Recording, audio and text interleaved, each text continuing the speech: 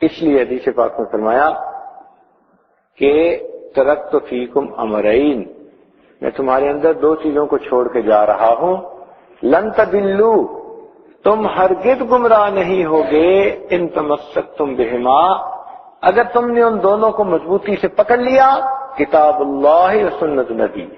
ایک اللہ کی کتاب اور اس کے نبی کی سنت۔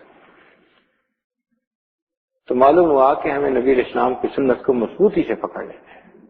ہر کام اسی سنت کے مطابق کرنا ہے۔ پھر دیکھیں اللہ رب العزت کی طرف سے کیسی رحمتیں اور برکتیں آتی ہیں۔ تو یہ مشابہت نبی علیہ السلام کے ساتھ نصیب ہو جاتی ہے، اس وجہ سے انسان اللہ تعالیٰ کا محبوب بن جاتا ہے۔ ایک بزرگ فرماتے ہیں کہ میں جب مدرسے جایا کرتا تھا، چھوٹا بچہ تھا، تو راستے میں ایک بوڑھی اماں رہتی تھی، وہ جب کبھی مجھے دیکھتی تو مجھے اپنے گھر بٹھاتی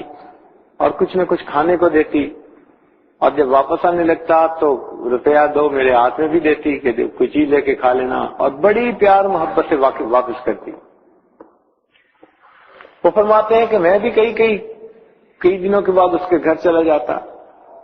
لیکن مجھے سمجھ نہ آتی کہ یہ بڑی اماں مجھ سے اتنی محبت کیوں کرتی ہے۔ کہنے لگے ایک دن میں نے اس سے پوچھ لیا کہ اماں آپ مجھ سے آخر اتنا پیار کیوں کرتی ہیں؟ تو اس بڑھیا کی آنکھوں میں آنسو آ گیا، کہنے لگی بیٹا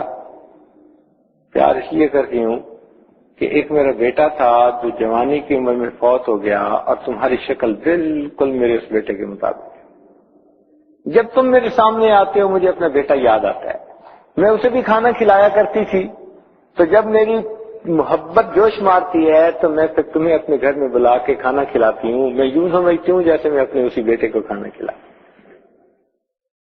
تو اگر بیٹے سے مشابہت رکھنے والا بچہ بھی ماں کو اچھا لگتا ہے، اسی طرح جو آدمی نبی علیہ السلام کے ساتھ مشابہت اختیار کرے گا اللہ رب العزت اس کو قبول فرما لے۔